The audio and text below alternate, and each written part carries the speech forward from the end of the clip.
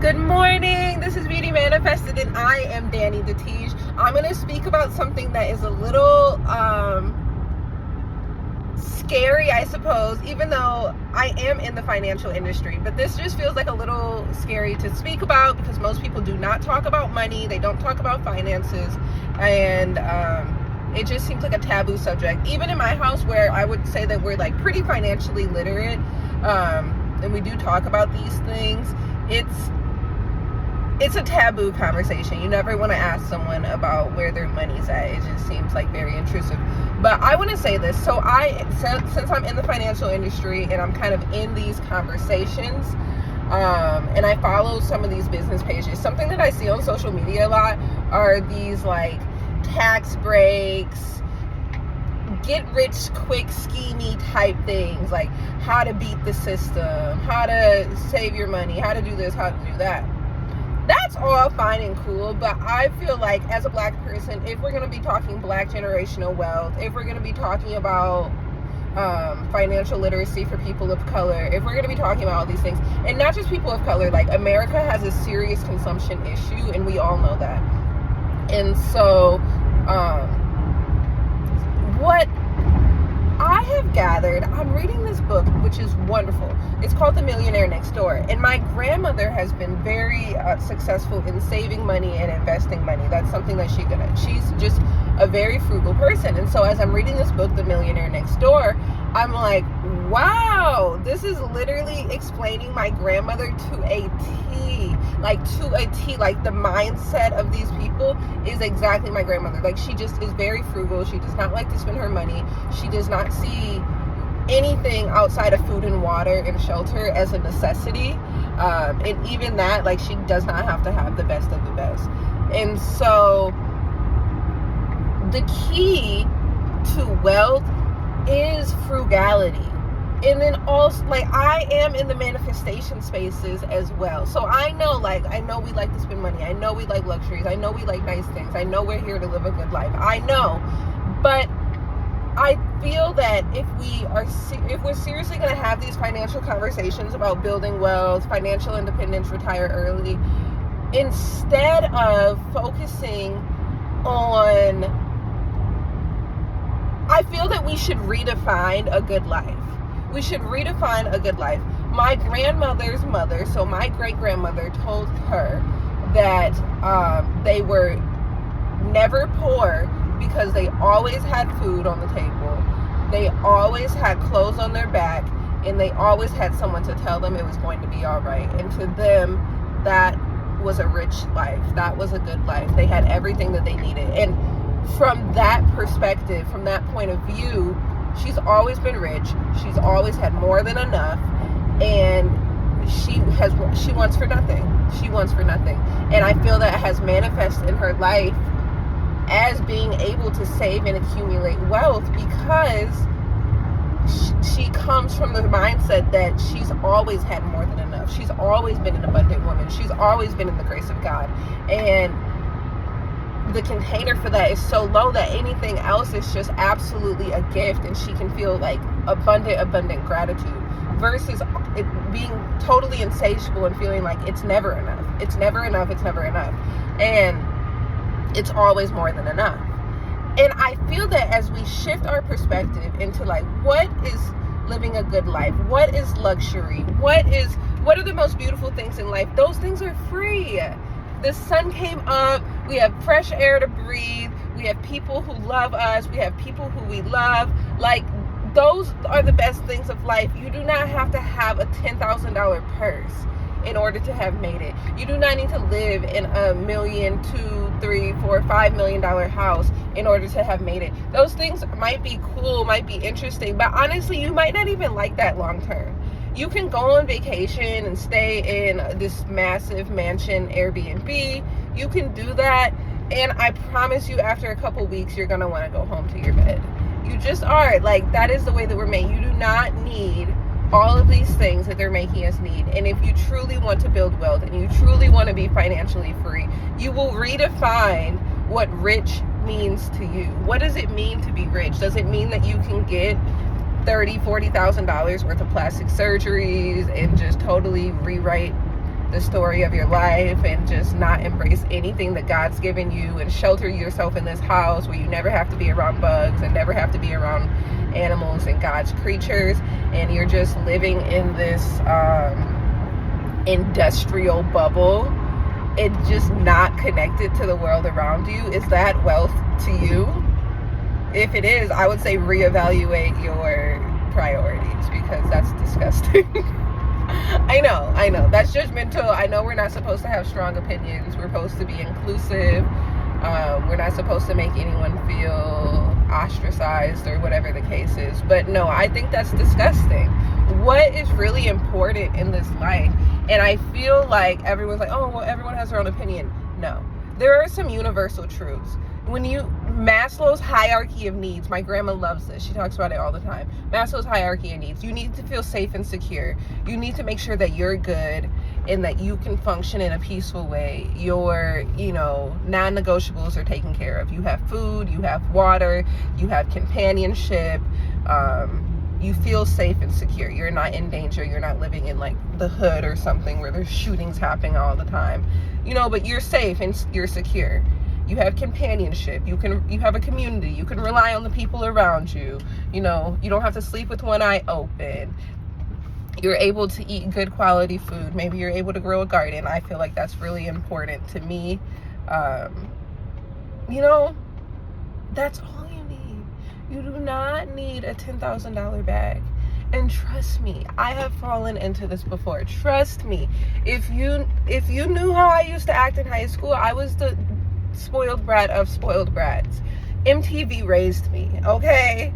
My Super Sweet 16 raised me. Yes. I used to be a white teenager, I promise. Like, I wanted to cuss out my dad. I wanted to do the whole thing. I didn't do that. We get whoopings in my home. But, like, that is the mindset that I was coming from. Like, if you want to know a spoiled teenager, it was me. I'm not saying this because I think I'm better than anybody else. I am not better than anyone else. I'm speaking from experience. I'm speaking from the point of I'm someone in the financial industry. I encounter people and I get to talk about their money all the time. I have people in my family who have been able to successfully grow wealth from literally nothing, from just regular blue collar jobs. I promise you, I have seen some things. I have lived on both sides of the train tracks, and frugality is what's going to get you wealthy. And I don't even like to call it frugality because that seems like a scarcity mindset. It's not a scarcity mindset. It's an abundance mindset of knowing that as you are is more than enough. Just the fact that you woke up this morning and there was air to breathe and the sun was shining, you are abundant. You are abundant. Don't let the marketers try to convince you that you need something, some sort of physical representation that they can sell you in order to step into your divine abundance. I hear all the time in these business classes and courses I take, like, oh, like, how come my blessings aren't manifesting? How come my blessings aren't manifesting? When is the material stuff going to manifest? I want to do 100K months. I want to do $1 million months. No. Of course we do all want to do that. And that does come in time. When you are consistently acting in your purpose and you're being in service to people and you are providing so much value, of course the money's going to come. And once the money comes, you can spend it on whatever you want. If you want the $10,000 bag, you can get the $10,000 bag. The money is going to come.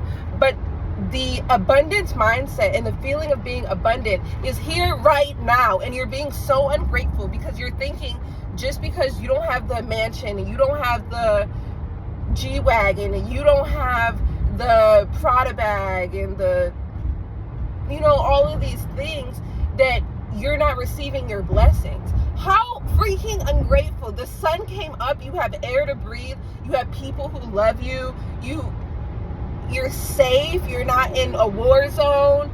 Like, are you being for real? Like, did you say thank you? Did you even say thank you? Hello?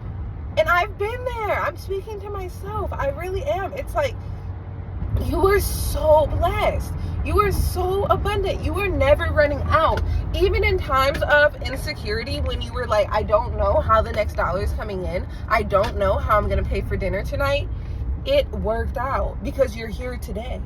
And if you're in that right now and you don't know how you're going to pay for the next meal today, know that you woke up today for a reason. I'm sure, I'm positive God's plan for you is not for you to starve to death today. And when you tap into the abundance, your mind opens up to possibility.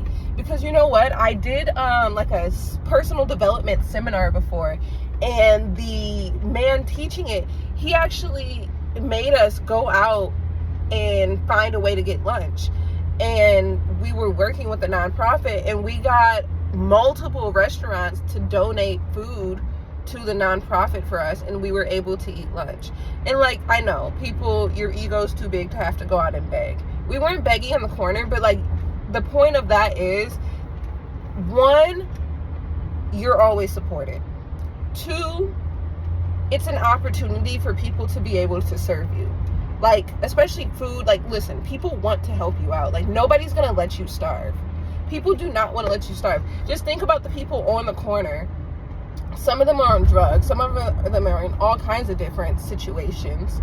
We don't even know them. And people will hand them money out the window. So you being I'm not calling, this is going to sound, I don't know how this is going to sound, but that's fine. But you being like a hardworking human being, a decent human being, someone who's striving better and just fell in hard times, you don't think you could ask someone for some lunch? And this isn't good either. I wouldn't do this. But you could, if you're a woman, just ask a man on a date and he's going to pay for it. Literally. Just be like, hit up one of your guy friends and be like, hey, what are you doing today? Like, I'm hungry. You want to go eat? And I know some people have families, but the point is, like, get in the gratitude and open your mind to possibilities, because you're literally not going to starve. Like, you are just not going to starve. You're not going to starve. You're going to be okay. As long as you're able-bodied, you can get up and figure it out. You're going to be okay. The world is not ending. The sun is going to come up tomorrow. You came up today. You must be alive for a reason. God did not put you here so you can starve to death today. And mind you, even that is coming from a spoiled and privileged mindset, because you don't have to eat every day. You literally don't. Like, you are not going to die from one missed meal. I know in America we think that if you're not getting 3 square meals, something like that, 3 full course meals a day, then something's wrong. But literally no, like, we're overeating, we're fat. You don't have to eat that much. One missed meal is not going to kill you. Save your money and figure it out. You're going to be okay. We're so grateful to have institutions where your bank account can overdraft. What if everything was in cash? Then what would you do? You can't even overdraft. You would just be sitting there in the dark, no lights. Imagine that. We live in a society where you can file for unemployment. You can file for welfare. You can fill out some paperwork. Like, it's literally never the end of the world. And I know we don't want to live there. We want to live in abundance. We want to live in mansions. We want to be the top 1%. But I'm telling you, it all starts with gratitude. It all starts with an abundance mindset of knowing that already, right now, you are the most blessed person in the world. You are the most rich person in the world. You have literally everything you've ever wanted. God has always provided for you and will continue to provide for you. You are loved. You are light. You are well fed. You are sheltered. You are so blessed beyond measure. There are literally people in war zones right now who have to evacuate their home. There are people who do not have running water. There are people who do not have bathrooms and they have to go to the bathroom behind a tree. And no, not camping for fun. Like, this is literally their life. Like, you have no idea. There's people who don't even have like heavy machinery and they're digging holes by hand. I know everyone doesn't garden, but it's really hard to dig holes. I can't even imagine digging like a whole huge massive hole. Be grateful for every little thing, and that is how you acquire more.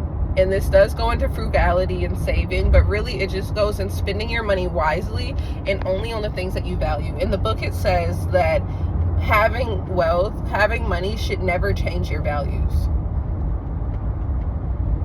And fashion is all fun and games, but when I tell you, my grandmother is not my other grandmother, my maternal grandmother is one of the most fashionable women I have ever met, and she loves thrifting and antiquing. She's the kind of woman that she could put on a paper bag and make it look like Chanel. She is so fabulous. Her whole aura is rich. It doesn't, like, it's not on her, it's in her.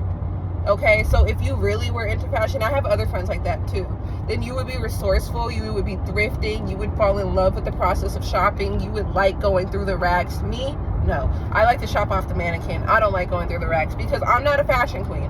So if I know I'm not a fashion queen, I have no business buying $10,000 dresses or bags. Like, girl, get it together. No, that's not, fashion is clearly not one of my values, because if it is, then I would spend time and energy doing it. But I don't spend time and energy doing it. I dream of having a stylist who could just come to my house and do stuff. And now, in the day and age that I live in America, there's literally subscription services that are like not that much money, like a couple $100s, and a personal stylist can send you things to try on to your house, and you can send back the things that you don't want, I'm pretty sure free of charge. And you can build up your wardrobe like that. Some of my favorite pieces actually are from subscription boxes like that. And then you can have a budget. You can order it without having to go into the store and get like all that stimulation from the marketing and the setups and the salespeople. And you can just do it that way. If you care about building wealth, then you should care enough to put time and energy into being resourceful. I know I said a lot, but I also feel like I didn't say enough. I hope you guys take something from this. And if you haven't already, The Millionaire Next Door is a wonderful read. It's such a good book, and I haven't even finished it yet. And it's literally been like opening my mind so much. And you know that something is really like activating you and changing you on a very deep cellular level when I start to notice all the ways that this is already in my life. Like the fact that I have to read this book just to realize that I should listen to my grandmother because she actually knows way more than I thought. Wow. Like, I didn't even have to read the book. I could have just got this information from my grandma, because she literally embodies this book to a T, and she hasn't even read the book. It's crazy. But you know how young kids are, me. You're just not going to listen to the people close to you. You think they're crazy. So now that I read this book, and I know that my grandma's actually a financial genius, and she's a retired science teacher, mind you, nothing fancy. She's a financial genius. I will now be using her as my financial advisor. Thank you. That's all I have to say. Love you guys. Be blessed. Stay peaceful and get rich quick.